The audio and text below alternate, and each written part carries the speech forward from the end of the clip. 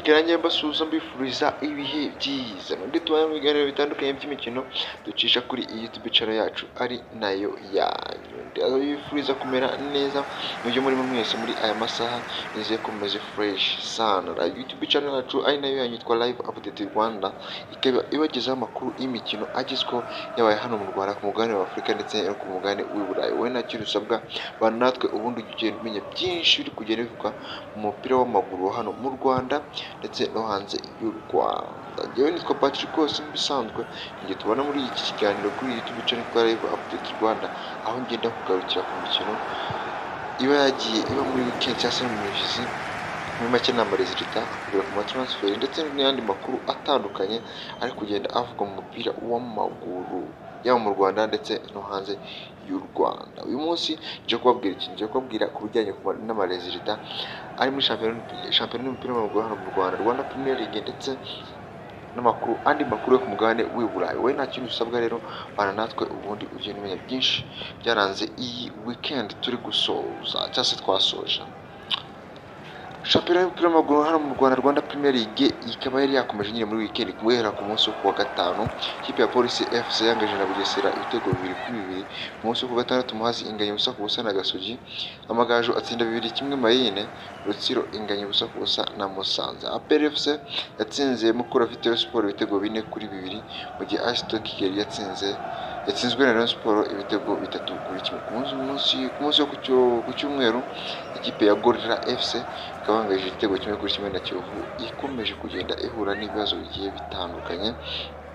Ngiyo rero kari imwe mu mikino ya shampiyona y'umupira w'amaguru hano mu Rwanda, Rwanda Premier League yabaye muri iyi weekend, ikaba iza gusozwa n'umukino uza guhuza ikipe ya Vision ndetse n'ikipe ya Etincelle kuri uyu munsi. Urumva ko ari imikino iryoheye ijisho, dore ko amakipe akomakomeye hafi yose yabonye intsinzi, nubwo ikipe ya Kiyovu Sport idakomeje kugenda imererwa neza, dore yuko kuri ubu ngubu kuba yakora gatandatu amanota agera ku 8. Urumva ko ni ikipe ifite ibibazo bikomeye cyane yahuye nabyo. Ikipe ya Kiyovu Sport rero ikaba yagiye gukina umukino yangaje muri gol y'igitego 1-1, maze kumenyeshwa cyangwa se hamaze gusohoka itangazo rivuga yuko Uwita Joseph Bipfusa amaze gutandukana n'iyi kipe ya Kiyovu Sport. We arayishinja ko yaba itaramwishyuye amafaranga ye y'imishahara ya buri kwezi angana na miliyoni 25 z'amanyarwanda. Kuri ubu rero Uwita Joseph Bipfusa akaba yamaze gushwa se amaze gutandukana n'ikipe ya Kiyovu Sport, ikaba ikomezanyije n'undi mutoza wungirije. Urumva ko ari ibintu byari bikomeye cyane ku munsi w'ejo utagomba gucikwa wowe aho uri hose, yaba hano mu Rwanda ndetse no hanze y'u Rwanda. Karibu cyane ubundi ugenda umenya byinshi bigenda bivuga hano mu mupira w'amaguru hano mu Rwanda. Urumva ko rero imikino iryoshye, nubwo twababwiza kuva umukino uza guhuza Vision ndetse na Etincelle kuri uyu munsi wo kuwa mbere.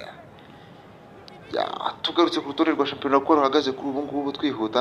Rayon Sport ni iya mbere n'amanota 33, APR ni iya kabiri n'amanota 25, APR ni iya kabiri n'amanota 25, Gorilla ni iya gatatu n'amanota agera kuri 23, AS Kigali ni iya kane n'amanota agera kuri 23, Police FC ku mwanya wa gatanu n'amanota agera kuri 20, Gasogi United ku mwanya wa gatandatu n'amanota agera kuri 20, naho Amagaju ku mwanya wa karindwi n'amanota 18. Mukura Victory Sport ku mwanya wa 8 n'amanota 17, Marine ku mwanya wa 9 n'amanota 16, Rutsiro ku mwanya wa 10 n'amanota agera kuri 15, Musanze ku mwanya wa 11 n'amanota agera kuri 13, mu gihe ikipe ya Bugesera ku mwanya wa 12 n'amanota agera kuri 12, mu gihe Etincelle ku mwanya wa 12, Muhazi United ku mwanya wa 13 n'amanota 11, mu gihe Etincelle ku mwanya wa 14 n'amanota agera ku 9. Mu makipe ari mu murongo utukura ni ikipe ya Vision ifite amanota 8, Kiyovu nayo ikaba ifite amanota 8, zose zikaba izi kipe zombi ziri mu murongo utukura. Haramutse runaka kibaho zikaba zamanuka mu cyiciro cya kabiri cya shampiyona y'umupira w'amaguru hano mu Rwanda, Rwanda Premier League. Urumva ko ari ibintu cyane, dore ko mu kanya nabwo hasohotse kuvuga yuko ikipe ya APR yanditse Ferwafa yimesha ko abakinnyi bayo batazitabira umwiherero wo kujya mu gikombe cya CHAN cyangwa se gushaka itike yo kujya muri CHAN bazakinamo na Sudani guhera ku itariki 22.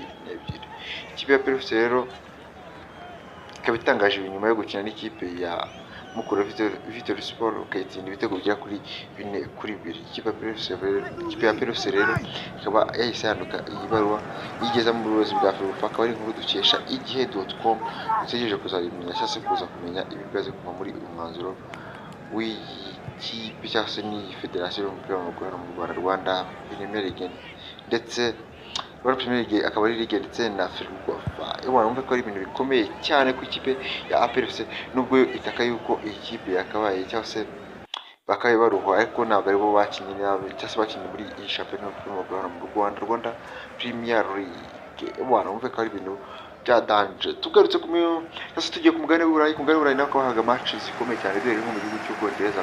Ikipe ya Arsenal muri weekend cyangwa se ku munsi w'ejo yanganije ubusa ku busa na Everton, Liverpool ngaya 2-2 na Fulham, Newcastle itsinda 4 ku busa Leicester City, Wolves itsindwa 2-1 na Ipswich Town, Nottingham Forest yatsinze 2-1 Crystal Palace, naho ikipe ya Brighton itsindwa 3-1 uyu munsi n'ikipe ya Crystal Palace.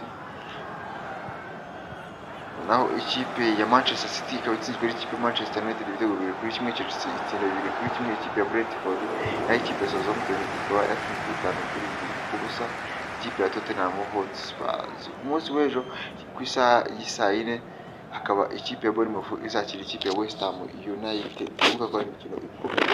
Mu gihugu cya Espagne ikipe ya Madrid ku munsi w'ejo ikaba yarangaje ibitego 3-3 na Rayo Vallecano, dore ko ikipe ya Real Madrid yabanje ku bitego 2 ikabyishyura igashyira muri cya gatatu, ariko bakaza kuyikishyura. Uvuga ko ari ikipe ikomeye cyane, ikipe y'indwanyi y'Umwana, ntabwo byoroshye cyane.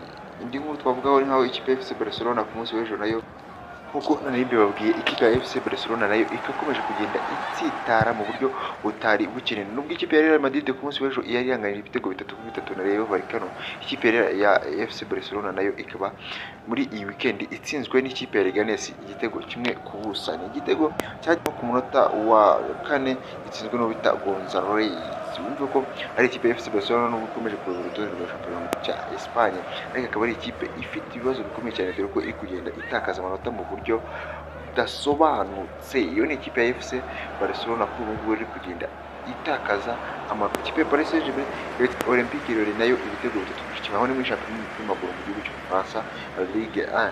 Ligue 1 rero ka shampiyona y'umupira w'amaguru mu gihugu cy'Ubufaransa, ikipe ya Paris Saint-Germain ikaba itsinze Olympique Lyon ibitego 3-1.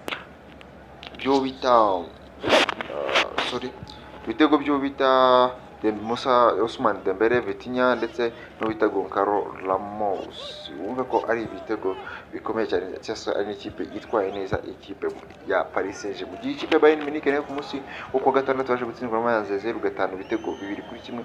Amakipe akomeye ku mugabane w'Uburayi akaba amakipe yagiye akorwamo akazi muri iyi weekend. Byari bikomeye cyane. Reka mbashimire cyane muri iki kiganiro twagezaga kuri YouTube channel yacu ari nayo yitwa Live Updates Rwanda.